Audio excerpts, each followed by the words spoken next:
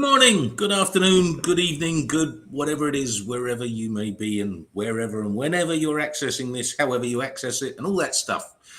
Welcome to this week's episode of Tilton Talks Crypto. I'm Martin Tillier. I'm head of research at SmartFi, and also with me is Aaron Tilton, co-founder and CEO of SmartFi, and our special guest this week, Laura Triplett. We'll get to Laura in a second. Before we go any further, one thing I do want to point out is that each week we give to somebody in our community, somebody who's listening or watching, $50 in SMTF as a thank you for a question that is both relevant and interesting and thought-provoking and all of those things. Last week that went to Richard Skido, or should it be looking at the way it was in Discord, Richard Skido, right? So he submitted a question last week, which we found really intriguing and which did definitely get us going. He asked, what minimal amount of initial investment is the most effective in the project for optimal regular profit? That's actually a really interesting question, Richard, and we did kind of touch on it last week. And funnily enough, the way things have worked out, we're actually going to talk more about that subject in a way when we get to the second part of the show this week, but we're going to talk about the three things that successful crypto people have done over the years and the three proven things that you need to do to succeed. And one of those does touch on that subject, so we're going to get to that. But the focus of this episode really this week is on Laura and on Crypto for Good, which is something that SmartFi started. In that intro clip, if you were watching, then you would have heard Aaron say that we believe that crypto can move humanity forward. And it's one of the things that we here at SmartFi really believe in, and we try and, walk the walk, so to speak. And Laura was somebody that that Aaron got in touch with and was able to kind of channel that towards to some extent. So I'm going to learn as we go along here too, because I don't fully know Laura's story. I do know some bits of it that are interesting and inspirational and everything else. But Aaron, why don't you just talk us through briefly how you met Laura, where that came from, and what the connection was? Yeah. So, and let me back up just a little bit, because before I met Laura, there were when we talk about the three things that successful people do with crypto. One of the things they do is they have clearly defined objectives, and we're going to talk about that later in the show, right? So they have these goals. They have something that they want. What's the whole reason you're going to engage in doing something like this? And one of mine is about doing good. For me, my personal belief is that you can make all the money in the world, but if you haven't done any good with it, you really haven't done, you haven't really achieved your goal, your objective, and you can't really truly be happy. Right. And so that's one of the things a few years ago I've been thinking about for a while that we want to do. And so earlier this year, we started doing some things, come up with this program called Crypto for Good, one of which was going to Guatemala and helping out a school in a small little town, put electricity and water in their school so that the kids could see better. And also that they didn't have to leave the school during the day. They could stay and eat there and stay in school longer, right? And there's this small little school in Guatemala. And so I think everybody that has been following the project has maybe seen some of those videos, but you can go see more of those. And we've done quite a few things. I won't go into all the detail, but you can go to our social media channels and look at those things that we've been involved with. But that's the point to all of this is that I'm kind of less motivated by buying a Ferrari or a Lamborghini or those kind of things. Although I'm not saying that somebody who buys that isn't doing good. But I've prioritized first in kind of what I want to do is giving back a little bit. And so speaking of which things, one of the things I indulge in is I like to race motorcycles, right? That's probably my indulgent activity. So when I was in Tennessee at the Amateur National, in a little town called Waverly, on Loretta Lynn's ranch, the previous year, I had learned that it had been flooded right after I was there in 2019. I guess it was 2021. So a few years later after I'd been there, saw that it had gotten flooded. And I didn't really understand the totality of the impact that had.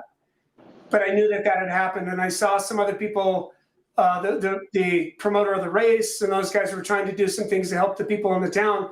So when we came back there again this year, I made it a point to try to find somebody to do some good with, and we ended up talking to an amazing lady at a restaurant who mentioned Laura and her story. And so through a series of phone calls, we got in touch with Laura, met her at the business of this other lady. And so we just started talking about what happened to the flood, and I think we have some video of that. But let me first say welcome to Laura. Thanks for coming on again. I'm really excited to hear kind of what you've been doing since we spoke in August, a few months ago. And maybe you could just give us maybe a 30-second summary of kind of what happened, and then we're going to play some clips from our first meeting in Tennessee, in Waverly. Okay. What happened August the 21st? It was devastating. My children and I were at home.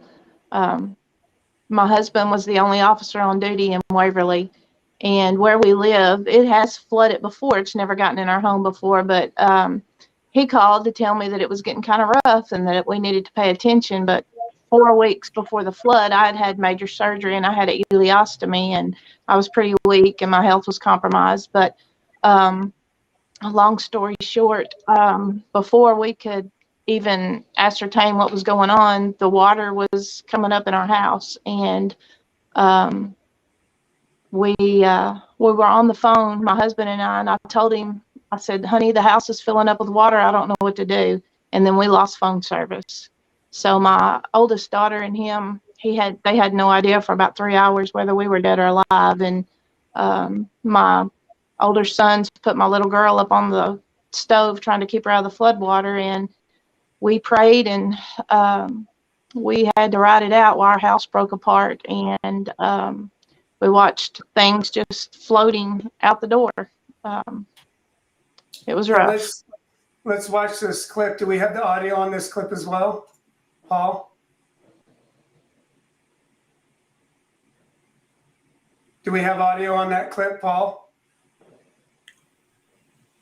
Maybe not. But the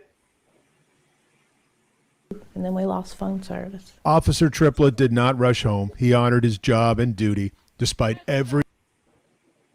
Let's see if we can get it played one more time. We had audio that time, Paul, but no video. Can maybe try it one more time?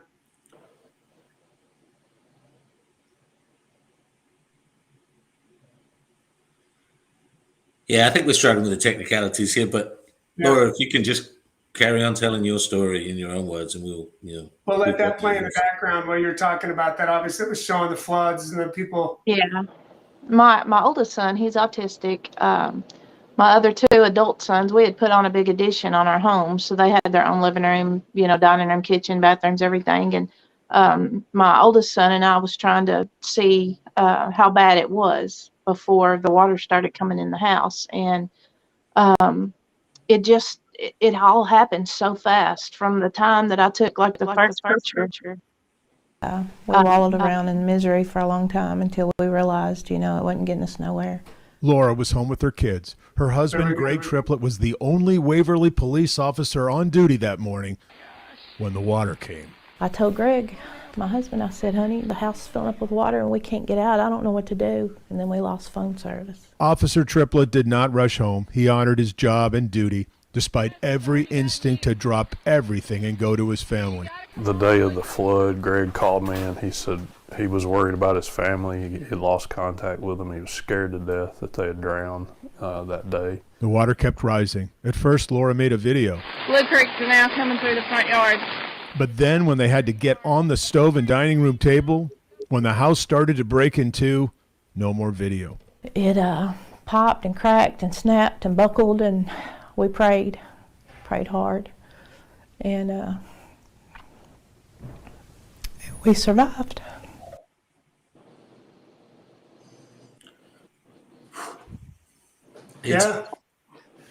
It's, I mean, it's devastating just to see the video. So I can't imagine what it would have been like to actually live through it. Well, it was really a lot worse than that, because by the time it started getting bad, we went into survival mode. Nobody was caring about pictures and cameras, so it was scary. I'm sure. And there was a lot of people in our little town that didn't make it. We lost 20 people. And we're such a tight community, but this flood has really drawn us closer,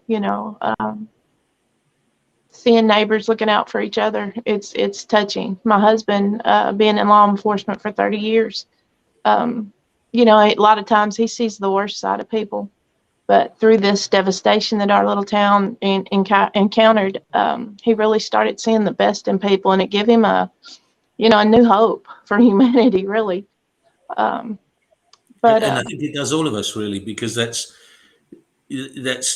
such a strong story that when, life throws things at us, and when people come together like that, you can't help but say, even in the midst of tragedy and devastation, there's some good if you look for it, right? And it's quite an amazing thing to talk with you, somebody who went through it, and the fact that you are focusing on that good says a lot about you, and it says a lot about that human spirit that you're admiring so much. Yeah. Well, it's kind of like I said in the interview, helping others seems to help the healing process for me. I don't know how other people are, but you can't sit around and wallow in your misery. There's too much need out there. And, it's like the starfish story. You can't help everybody, but if you can make a difference in one person's life, it means so much. What Aaron did for us, that was a huge thing for us. We lost everything, material wise, but 4 weeks after the flood, my husband got sick, and then I lost him a week later.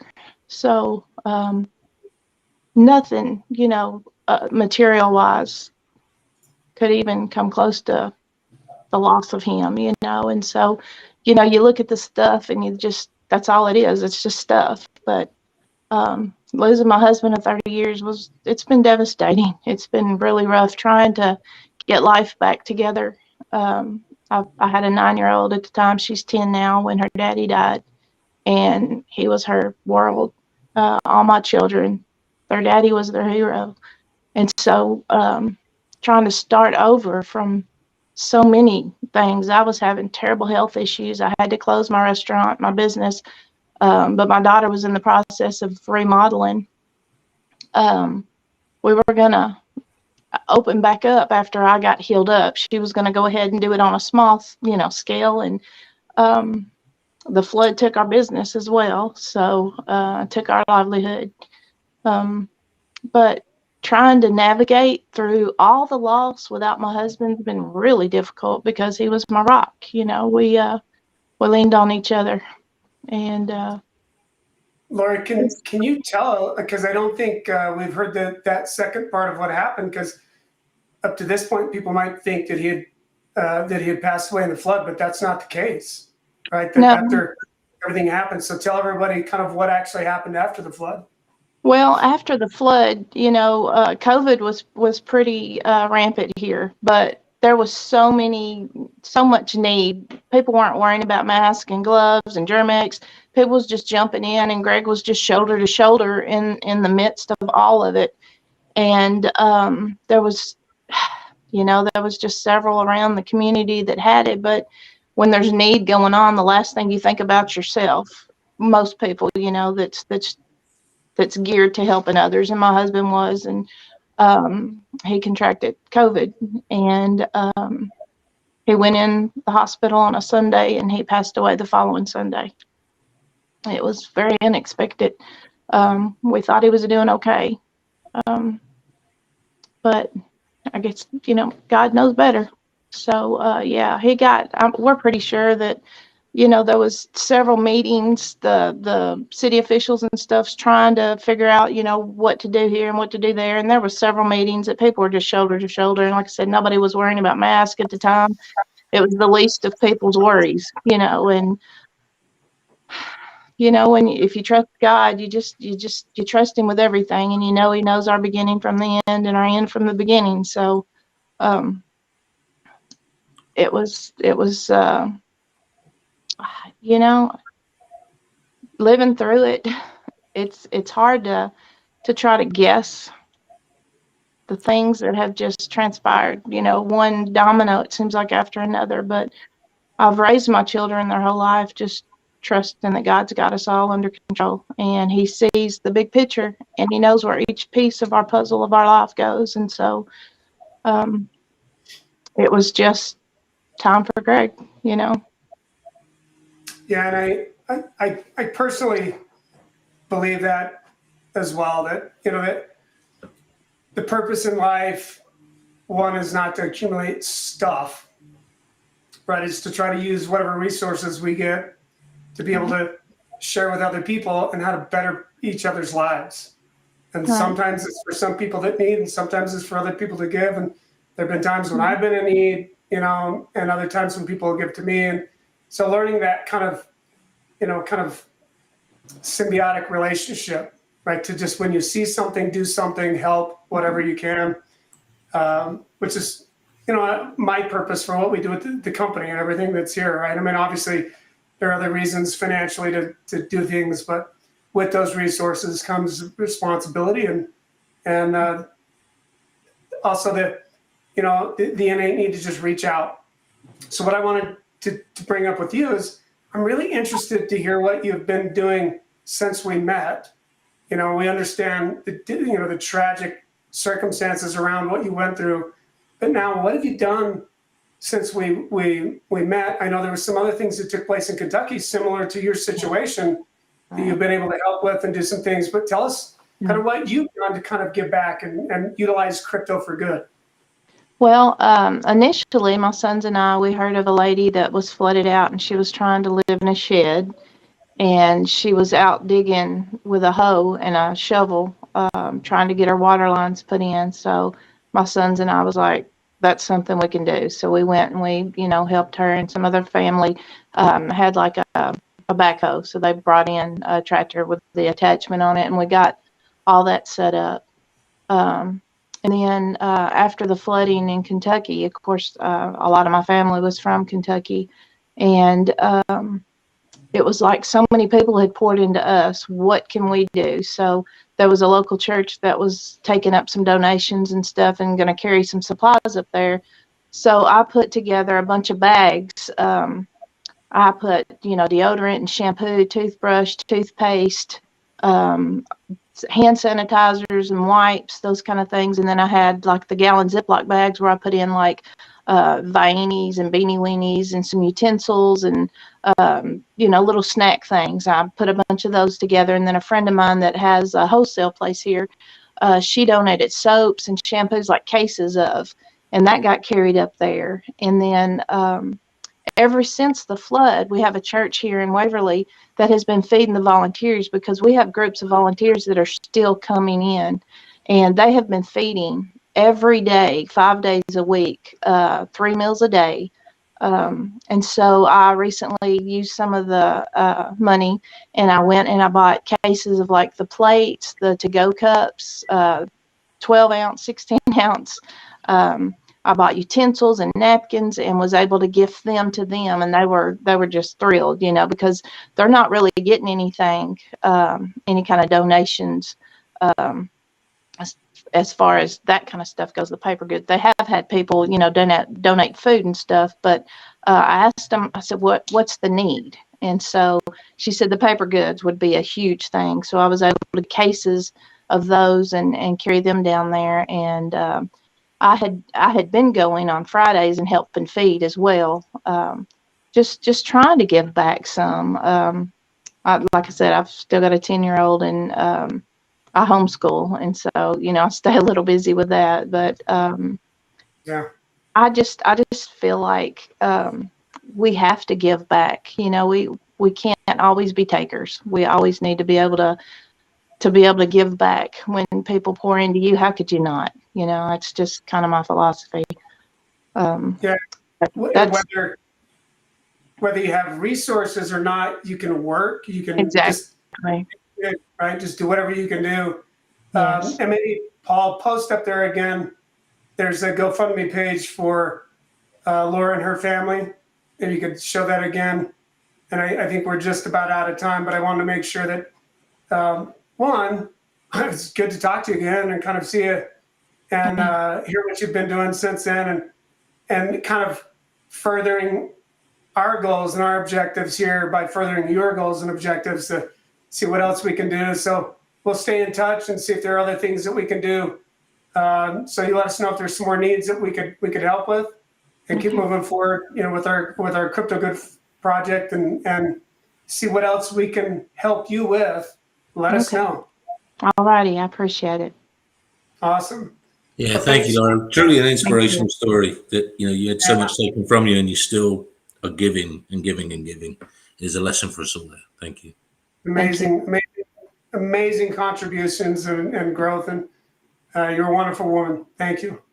Thank you.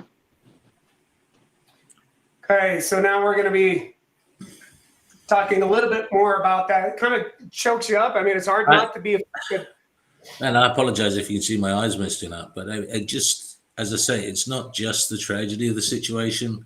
It's the inspirational story of somebody who had so much taken from them and yet still is prepared to turn around and try and give back from what little she has left. It really is amazing. And we actually get a lot of people at SmartFire who, when we talk about crypto for good, who ask us, how can they get to the point where they can help?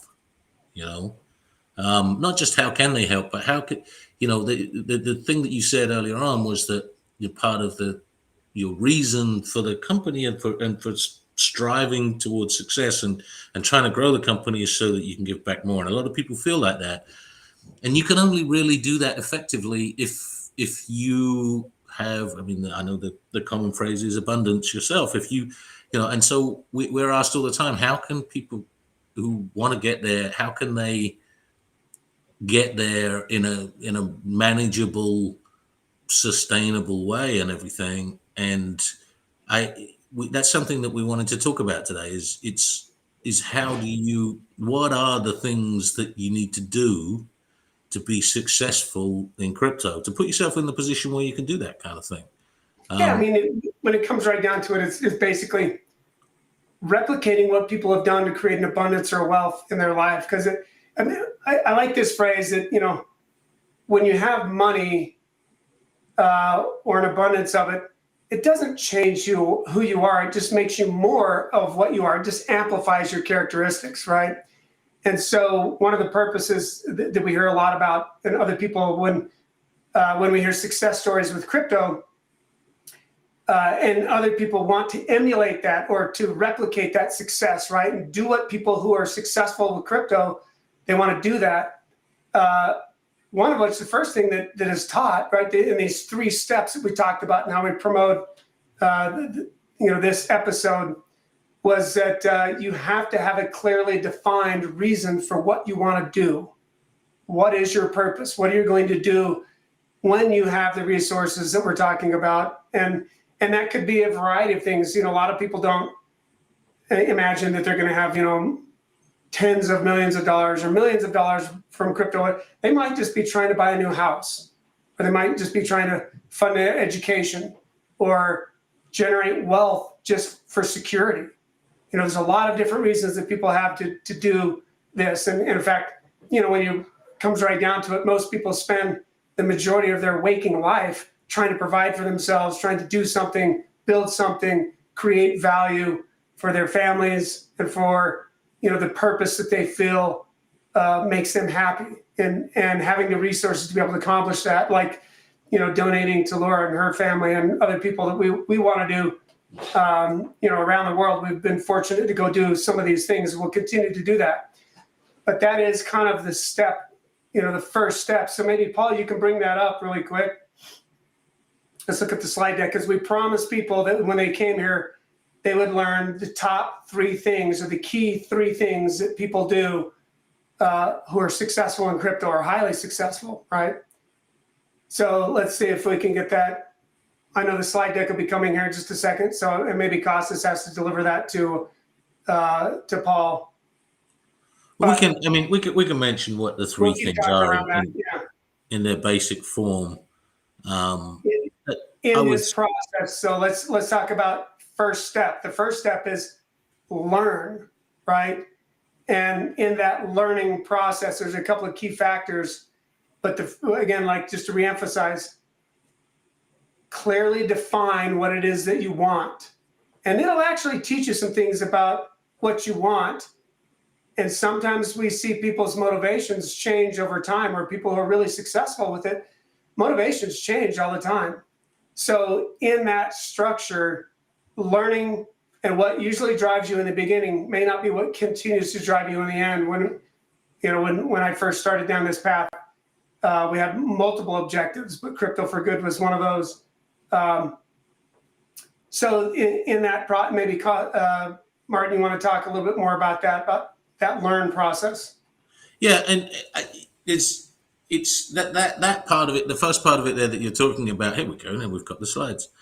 The first part of what you're talking about there is that, as I say, it's learn, and the first thing that you got to there was really learning about yourself.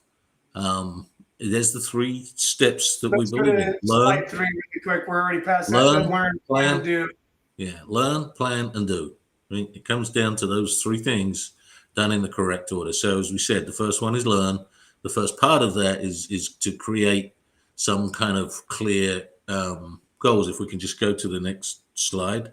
Go to slide 3, please. There we go.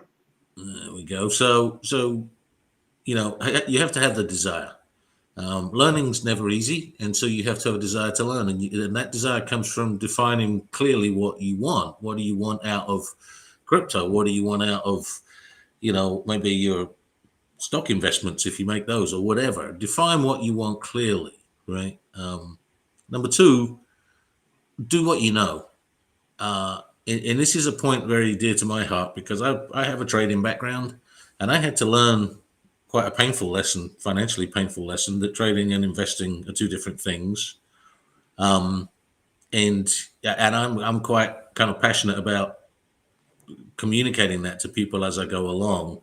We all hear a lot about trading techniques, and we see traders on, if you watch financial news media or whatever, you'll see all these traders who talk about this trade and that trade and the other.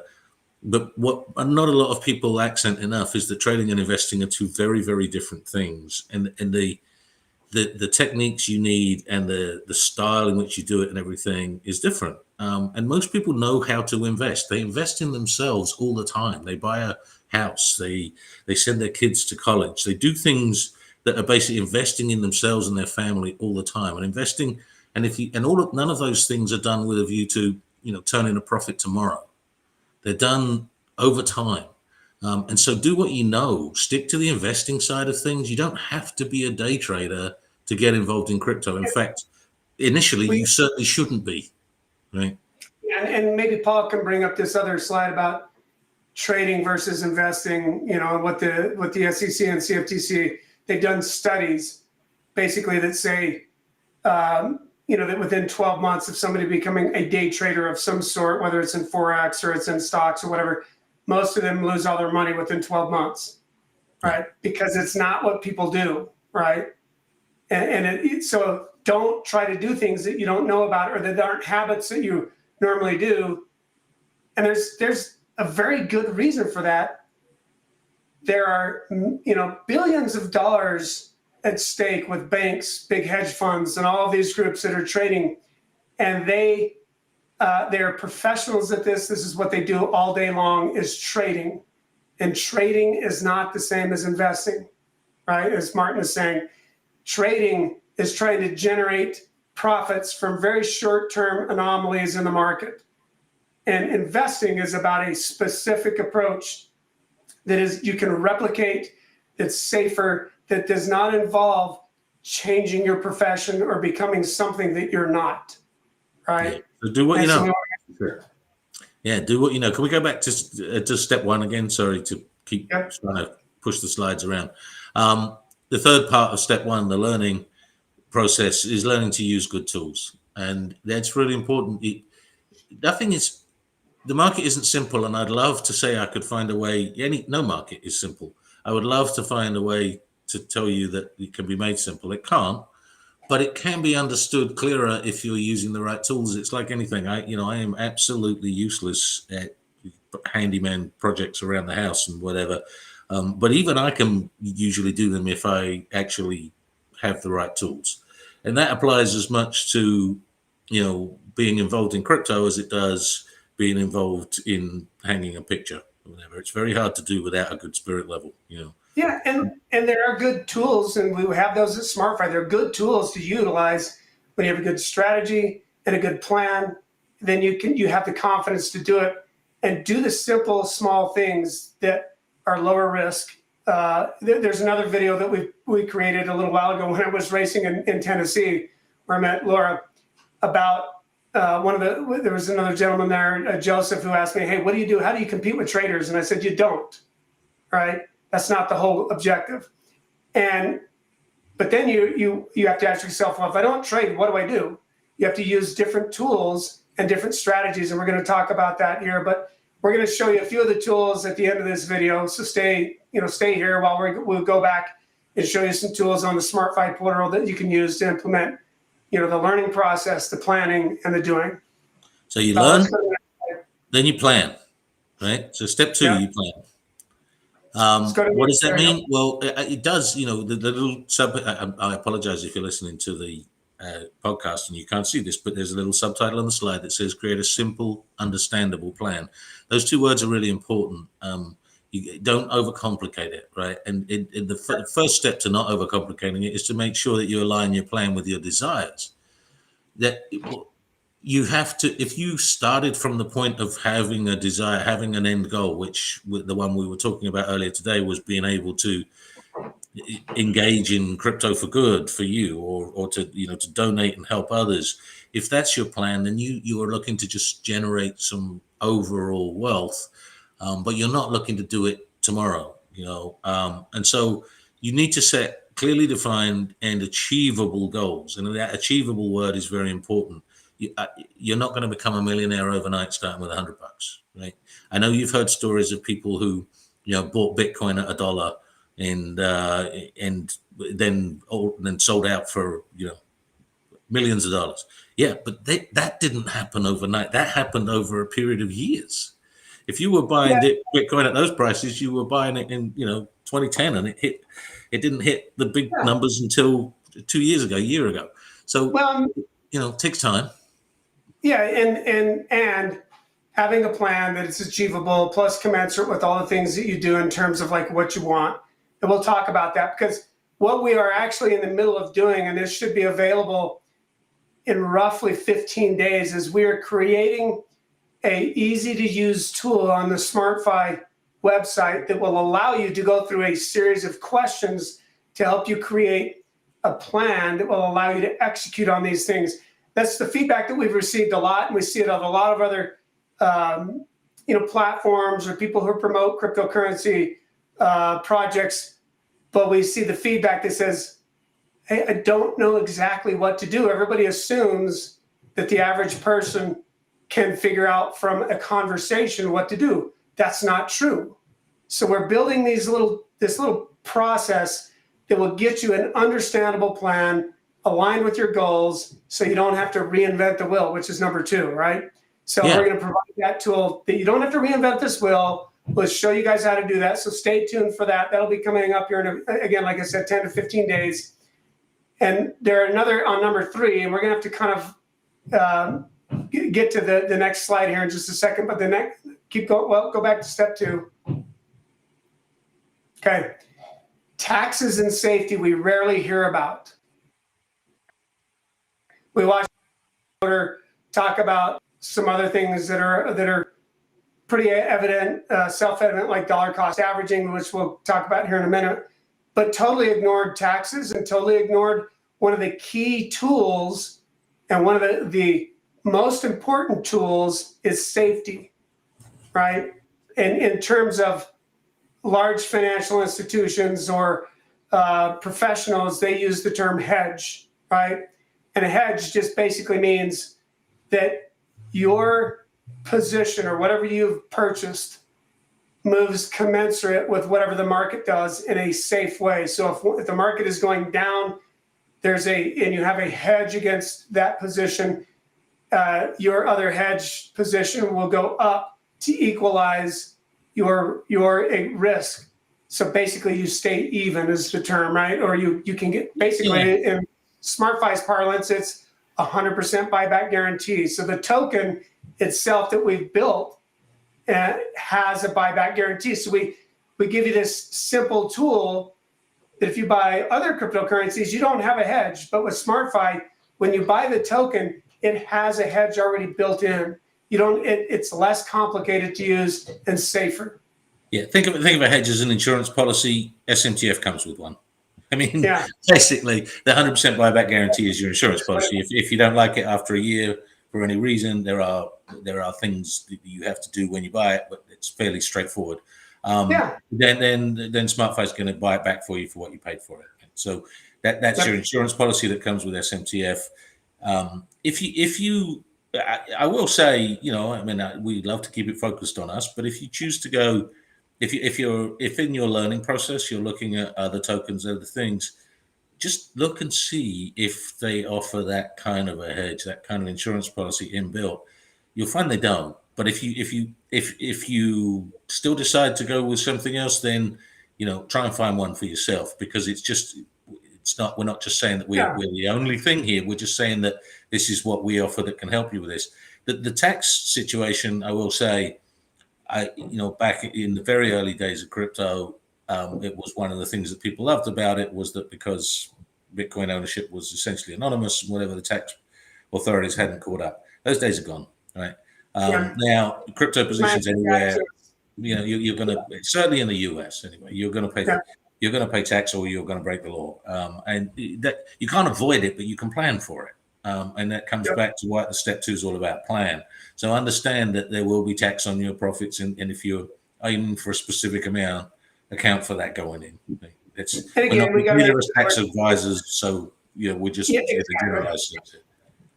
Yeah, make sure you consult your tax advisor. They'll tell you what your specific liabilities are, your bracket, all these different things, and you're in a different jurisdiction. So that one's a little bit harder for us to implement because we can't account for all anomalies. But in the plan and the tool that'll be available to you in about 15 days, a lot of this structure is already going to be in there. It'll be simpler, safer, and easier to understand. Let's go to step 3. Okay. This one is, something that is relatively obvious, but for a lot of people, it is they can learn, and some of them can even plan, but sometimes they have a hard time doing because they're not used to the mechanics, right? So this comes down to, it's not about motivation and it's not about a clear plan. It's about being familiar with the actual tools and how they actually work, right? So sometimes people avoid that because they're just not confident in using it. So what we hope to accomplish with you and show you what successful people do in utilizing simpler tools. So there have been billions of dollars of transactions and loans and transactions on our platform. So you can be assured that you don't have to get caught in number 1, which is paralysis by analysis, right? Or maybe you've got questions or doubts or all these things. They're built in to help you execute on that. And one of the ways to basically eliminate this paralysis is take a measured approach, right? And this will be in the plan as well. We'll talk about that. But Martin, maybe you can talk to everybody about dollar cost averaging. Yeah, it's one of the enemies of success in any financial market, whether it's crypto, stocks, whatever, is emotion. I would say I've got a dealer background, as some of you may know. I've talked about it before. And going back to point 1 briefly, one of the problems there is paralysis by analysis. When you first sit in a chair and you first actually have a book of your own and you sit there, or you have clients of your own or whatever, you can do all the analysis you like, but until you first either shout mine back in the day, or hit the button, or actually execute the trade, the fear that you feel going into it is huge. And you do get into that, oh, well, I haven't considered everything thing. At some point, you have to pull the trigger. But one of the ways of actually countering that is to go in with a plan, as we said, and that plan should be something that can reduce the impact of emotion. Markets produce roller coasters of emotion, and if you can smooth those out, then you're better off. And the best way to do that from a point of view of a long-term goal is to dollar cost average into something. What does that mean? It just means breaking up your potential total investment into a series of smaller investments done over time. If you think about a market as doing this, but basically, going up, but in a ziggity zaggedy way, which is what most of them do. And in crypto, it's more this. It's very volatile at times. Trying to pick the bottoms as the only place to buy is impossible. Nobody can do that. I don't care. I mean, if you're in a dealing room sitting at home, it doesn't matter. You can't do it. So what you need to do is to just, if you do it on a time base, regular investments, then none of that matters. At some point, you'll be buying at the bottom and you'll think, yeah, I bought some cheap. And at other points, you'll be buying at the top, but then it's going down and you're thinking, oh, I'm going to get to buy some cheap next time. And you control your own emotions, right? And so it's a measured, sensible approach. To come back full circle to where we started today with the question from Rich Skinner that came in last week, how much you do that with, that's a function of your own personal available money, I guess is the best way to put it. It shouldn't be so much as to cause you pain or to cause you worry. And again, that regularly making regular contributions or regular purchases enable you to do that. It's a lot easier to do that when it's not just a lump sum. Yeah, so, the sum of that is take an amount, take a time, and execute, once a week, once a month, bi-weekly, once a day, whatever that is, that matches your income flow, your disposable income as it comes in. If that's $100, that's $1,000, whatever that is, and buy purchase the crypto. Don't worry about what the price is, because if you do it over time, you're going to average into the market and capture the best average over time. So, and we have some other videos on that, on dollar cost averaging, that you guys can watch. Go to the website, go to our YouTube channel. You can watch some of those things. But number 3 is you just got to do it, right? And if you're unsure, start testing in small amounts incrementally.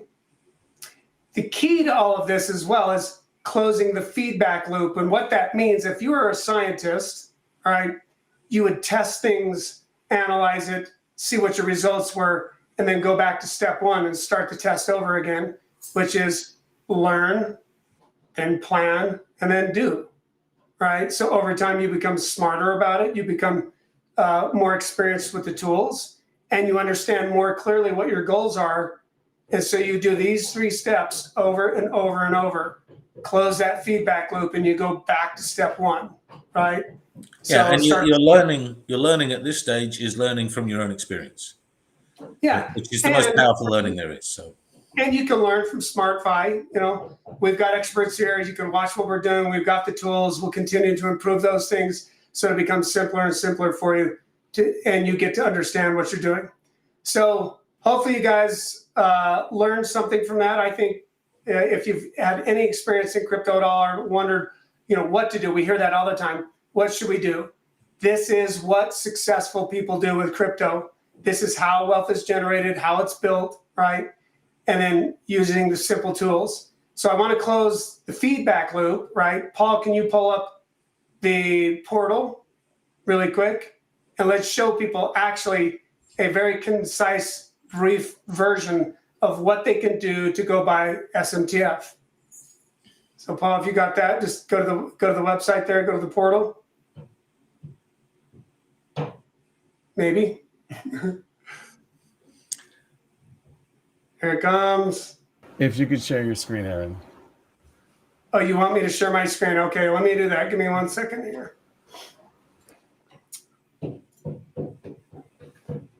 Okay.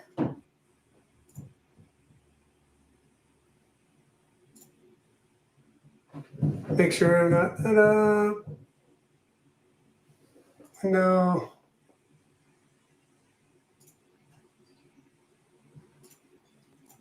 Okay, can you guys see that?